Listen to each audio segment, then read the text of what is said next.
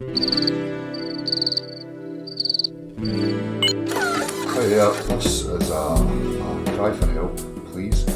I'm requesting Conspiracy Cats, can you please? When you scroll, you'll see when, including the issue of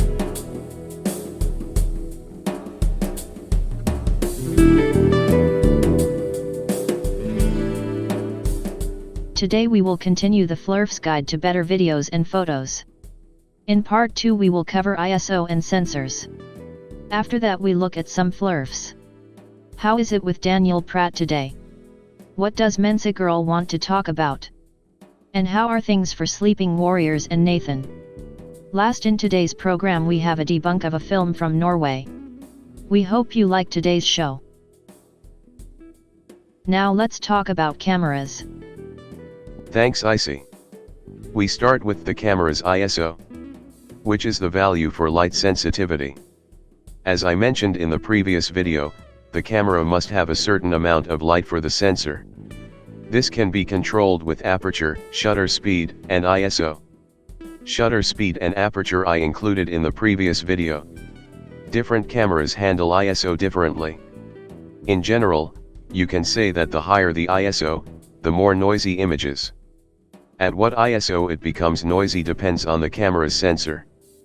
Flat Earther's favorite camera, the P1000 is not very good at handling high ISOs. This image is taken during a professional test of P1000.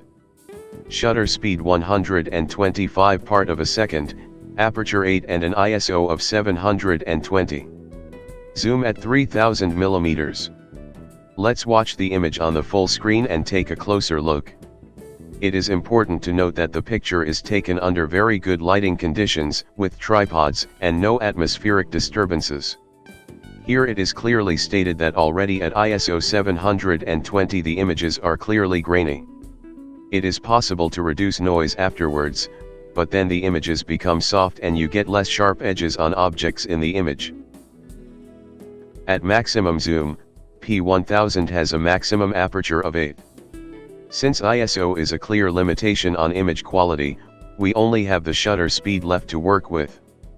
This means that even in full daylight you get quite long shutter speeds. You usually say that to hold a camera steady you need a shutter speed that corresponds to the lens millimeter.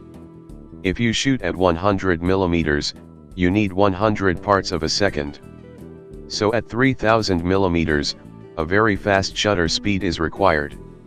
Cameras with image stabilization like the P1000 can use longer shutter speeds than this formula predicts.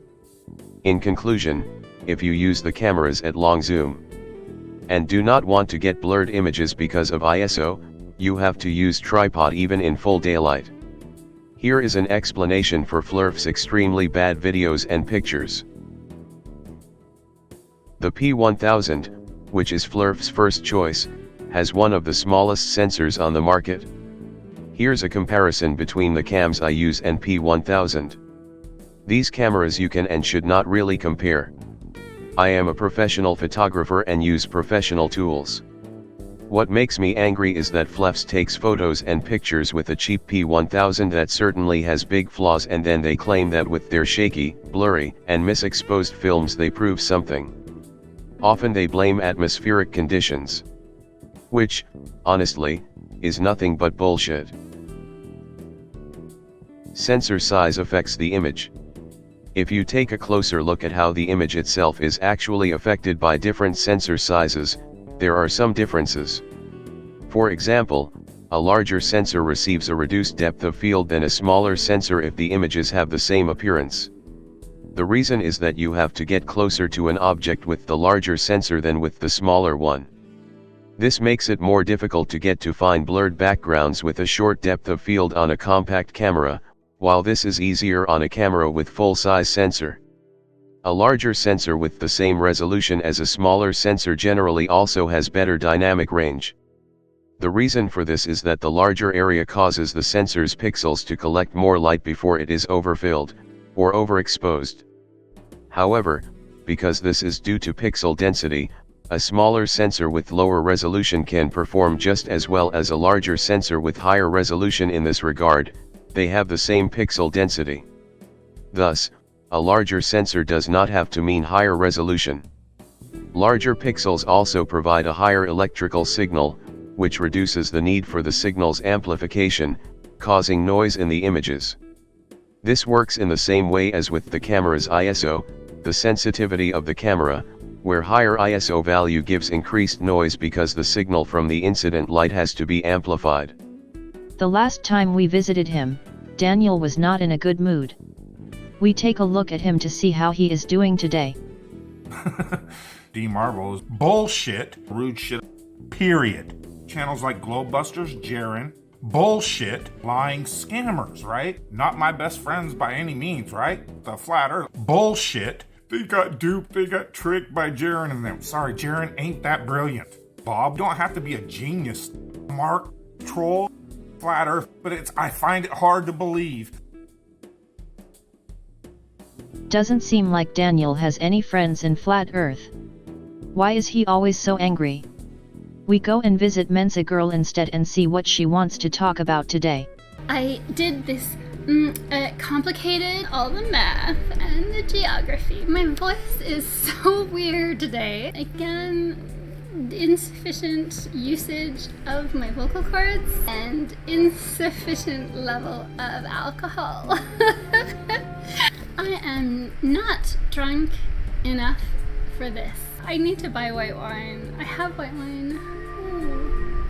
Okay, so this is what I did. In order to figure out where is the sun, because with this whole satellite mystery, as I dig deeper, I'm not digging, I am falling headfirst into the rabbit hole of mystery fantastical. Sparkle sound.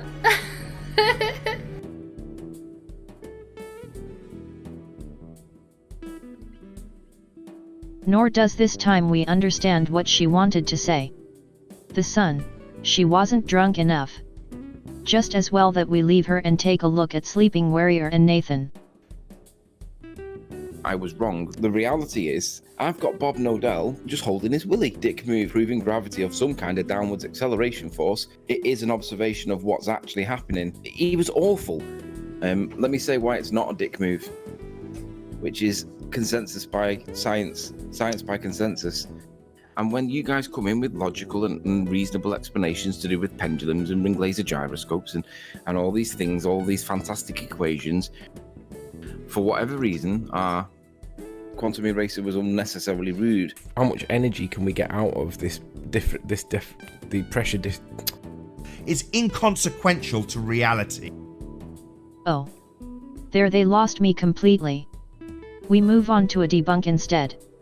We take on a video from Norway, where another Flerf claims to have proved that the Earth is flat with its video.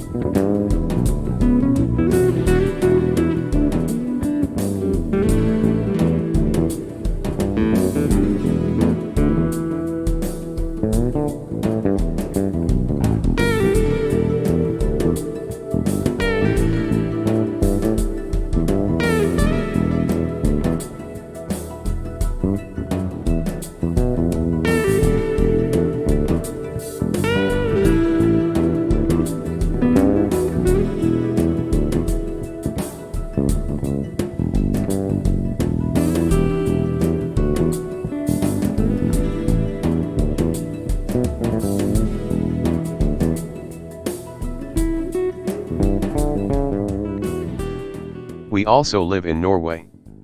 We have tides of several meters. We do not build our houses under the sea, nor directly at the sea.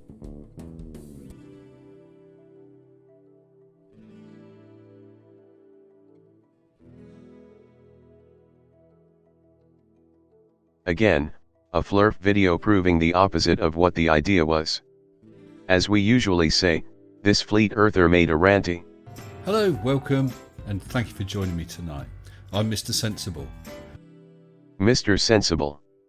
What are you doing here in Norway? Next time you want to join our show, call us first. Don't forget to vote for Clown of the Week. You can also suggest candidates for the coming weeks. Well, right now, science would have to say, we don't know. No, Mr. Sensible. You are not allowed to run for the Clown of the Week. Well, not straight away, but eventually, yes. That's all for today.